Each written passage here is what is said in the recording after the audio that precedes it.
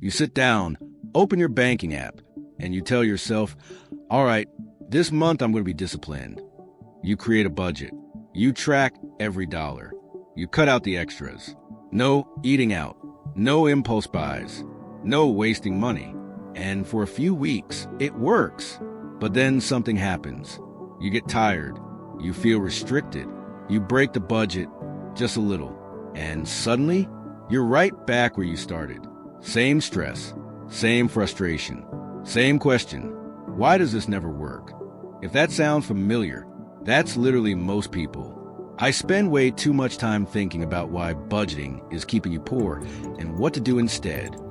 If you're someone who is stuck, stagnant, or worried about personal finance, make sure to hit the subscribe button and give this video a thumbs up if this helps you out. Look, budgeting isn't the problem, but the way most people use it, that's exactly what's keeping them stuck. And today, I'm going to break down why budgeting alone can actually slow down your financial growth and what you should be doing instead. Hashtag the problem with budgeting that no one talks about. Here's the thing. Budgeting is built around restrictions. Spend less, cut back, eliminate. And at first, that sounds smart. But here's what most people don't realize. You can only cut so much. There's a limit to how much you can reduce your expenses. But there's no limit to how much you can increase your income. And that's where the shift happens. Hashtag why budgeting feels like it's not working. Let's be real. Budgeting feels like dieting.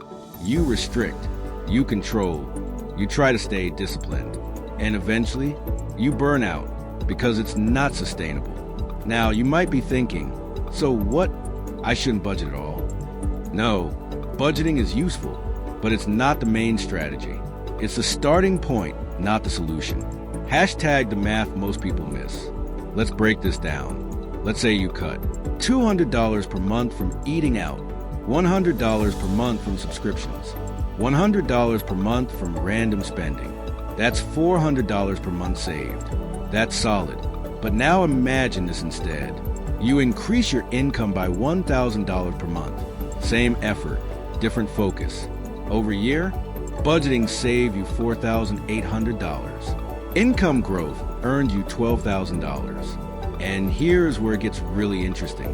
That extra income can be invested, which means it compounds, which means the gap gets bigger over time. Hashtag the psychological trap of budgeting. Here's what most people don't realize. Budgeting keeps you focused on scarcity. What can I cut? What can I remove? What can I live without? That mindset keeps you playing small. Instead of asking, how can I earn more? How can I grow? How can I expand my opportunities? And that shift changes everything. People who build wealth don't obsess over cutting expenses. They focus on increasing income, investing consistently, building assets, creating leverage. They don't ask, how do I spend less? They ask, how do I make more and keep more? Hashtag the real strategy, cash flow expansion. This is the concept that changes everything. Instead of shrinking your life to fit your income, you expand your income to support your life. Now, you might be thinking, that sounds great, but how do I actually do that?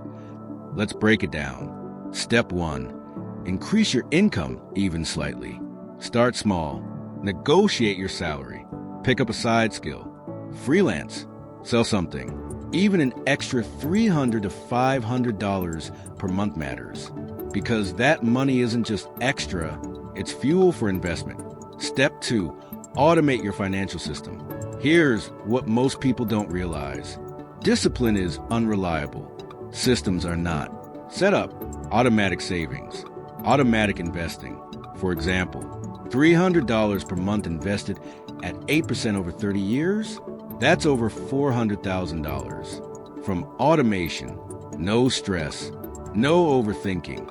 Step 3, focus on high-impact decisions. Not all financial decisions are equal. Cutting coffee, low impact. Choosing your career, your income streams, your investments, high impact. Focus your energy where it actually matters. Step 4, build assets, not just savings. Saving money is defensive. Investing is offensive. Let's say you save $10,000. That's great, But if you invest $10,000 at 8%, in 30 years, that becomes over $100,000. Same money, different strategy. Step 5, redefine control. Here's the mindset shift. Control isn't about restricting spending. It's about directing money. Instead of, I can't spend this, think, I'm choosing to invest in this. That small shift changes how you feel about money. Now, you might be thinking, but I still need a budget, right? Yes, but use it differently. Use it as awareness, not restriction. Know where your money is going, but don't rely on it as your main growth strategy. Look, most people stay stuck because they focus on the wrong problem. They try to optimize small numbers instead of growing big ones. They focus on saving $5 here, cutting $10 there, while ignoring career growth, income potential, investment opportunities. And that's what keeps them in the same place. This is where it all connects. Money isn't just about survival. It's about designing your life. Budgeting alone keeps you surviving. Income plus investing lets you build freedom, the ability to choose how you spend your time, say no to things you don't want, live on your terms. That's the real goal. Look, budgeting isn't bad, but it's not enough.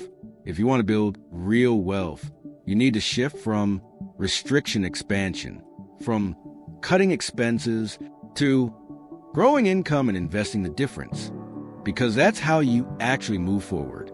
So here's what I want you to do this week. Instead of asking, what can I cut? Ask, what's one way I can earn more? Start there. And if this video changed the way you think about money, make sure to hit subscribe, give this video a thumbs up, and drop a comment. What's one way you're going to increase your income? Let's build from there.